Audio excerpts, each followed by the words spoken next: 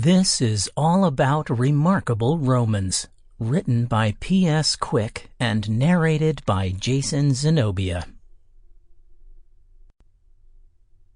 Introduction.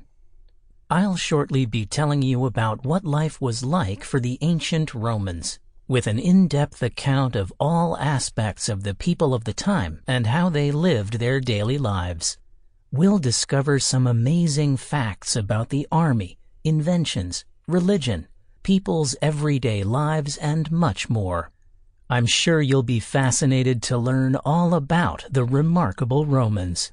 So let's start at the beginning, the foundation of Rome. Chapter 1. The Kingdom of Rome. The Eternal City. One of the most famous legends in world history is about the city of Rome. The legend tells how Romulus and Remus, the sons of the god Mars, were thrown into the river Tiber by a wicked uncle, hoping that they would drown. It is said that the babies were rescued by a wolf, who fed them with her own milk. The babies grew up and were eventually found by a shepherd called Faustulus. When they became adults, their father, Mars, told them to build a city, but they could not agree which hill to build it upon. Each boy began to build his own city within a protective wall, but when Remus made fun of his brother's wall, Romulus killed him. According to the legend, Romulus became the first king of Rome in 753 BC.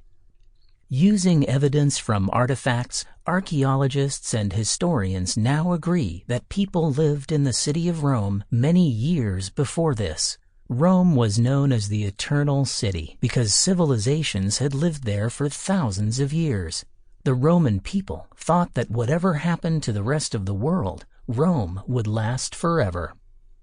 Rome was first a settlement for farmers and shepherds, but later became a powerful city-state, the center of the Roman Empire and the capital of Italy. The location of Rome is one of the main reasons why it became such an important city. Rome is built upon the banks of the river Tiber and was the perfect place for people to cross when traveling along the road from northern to southern Italy. The river Tiber is very shallow near Rome and forms a ford, making it easy to cross. There is also a large island in the middle of the river. The river itself provided an easy way to travel to the sea. A road known as the Appian Way, which ran from the east to west coasts of Italy, linked the main ports with Rome.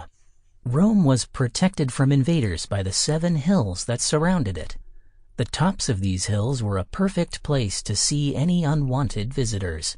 Archaeologists believe that there were walled cities on each of these hills. Wood and stone was readily available for building, and the fertile land surrounding Rome provided food for the city. The river Tiber provided fresh water for drinking and also for washing.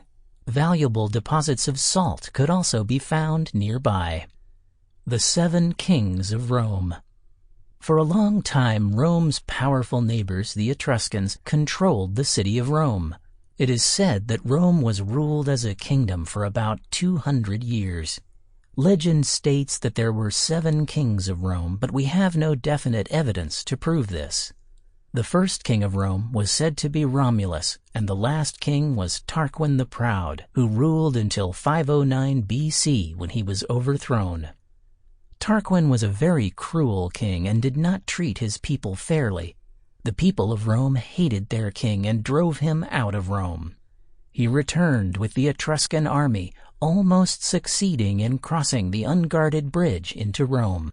The legend of Horatius, a young Roman soldier, tells how he saw Tarquin returning and rushed to stop him, while his friends cut the cords of the bridge to destroy it.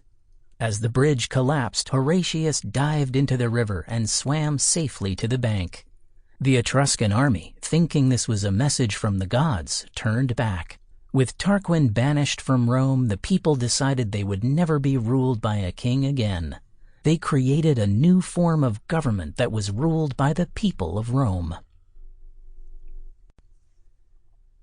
Chapter 2. The Republic of Rome. Government. Once the last king had been driven out, Sample complete. Ready to continue?